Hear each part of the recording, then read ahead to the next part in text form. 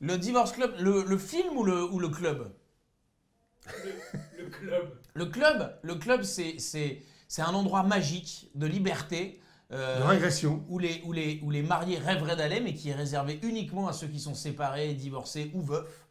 Et où ils se retrouvent entre eux, entre hommes et femmes, pas d'ailleurs juste pour avoir des rapports, hein, c'est pas un club libertin.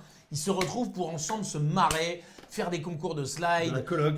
jouer au poker, Jouer au taser, karting, jouer au taser poker, jouer au karting. boire des coups, faire les la courses, se montgolfière. déguiser, faire de la montgolfière. Ils se retrouvent pour régresser ensemble. En fait, ce sont des ados. des ados qui vivent avec des moyens d'adultes. C'est des adultes qui vivent comme des ados, mais avec des moyens d'adultes. Ok, j'ai compris. Bah, c'est pas mal. C'est bien. Brigitte, tu peux venir raconter comment ça m'est venu l'idée?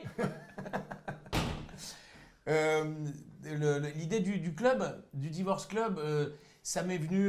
Je traversais une période grotesque de ma vie. Je venais de me séparer. Et dans ces moments-là, les sentiments sont pathétiques, quoi. On en devient pathétique. C'est avec des trucs mesquins comme je te suis plus sur Insta, j'efface ton numéro, tous ces trucs-là. Je te mets des coups de couteau. Et puis j'avais envie d'écrire justement une comédie pour sortir par le rire, par le haut de tout ça, de parler aussi du lâcher-prise.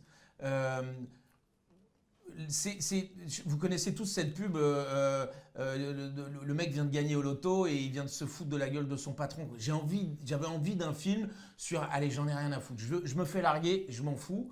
Et un film sur des potes, un film... par rapport à mes autres films, j'avais envie d'un film un peu plus classique dans le décor et dans la structure pour pouvoir l'exploser et aller encore plus loin dans la folie, plutôt que commencer dans un univers un peu plus fou et après d'être rattrapé sur la fin du film par la narration et par la résolution du film qui souvent nuisent un petit peu à la comédie. Comme ça, on avait un cadre pour être marrant du début jusqu'à la fin.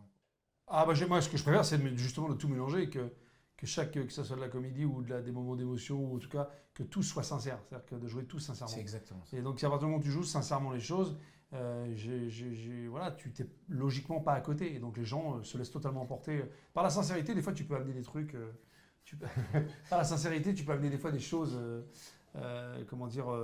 absurdes, mais comme c'est sincère, les gens se laissent emporter. Quand je réalise, je suis dans une telle angoisse et en même temps une telle envie de bien faire que je sais où je vais, donc je reste concentré. Mais plein de fois, c'est arrivé sur le film où Arnaud, il m'accueille. Alors, il me cueille et puis en même temps, je lui dis, ok, d'accord, c'est super, on va la refaire et tu te remets là, etc. Non, si, j'étais son premier public et c'était, et il m'a offert des moments de fou rire. C'est assez indescriptible le fou rire à quel point c'est un sentiment de liberté. On a l'impression que c'est un moment qu'on vole à notre propre vie. C'est un moment qu'on n'avait pas prévu d'avoir. On est mort de rire, c'est gratuit, c'est que du plaisir et on a l'impression d'avoir chippé comme ça au destin. Ben, il m'en a offert quelques-uns.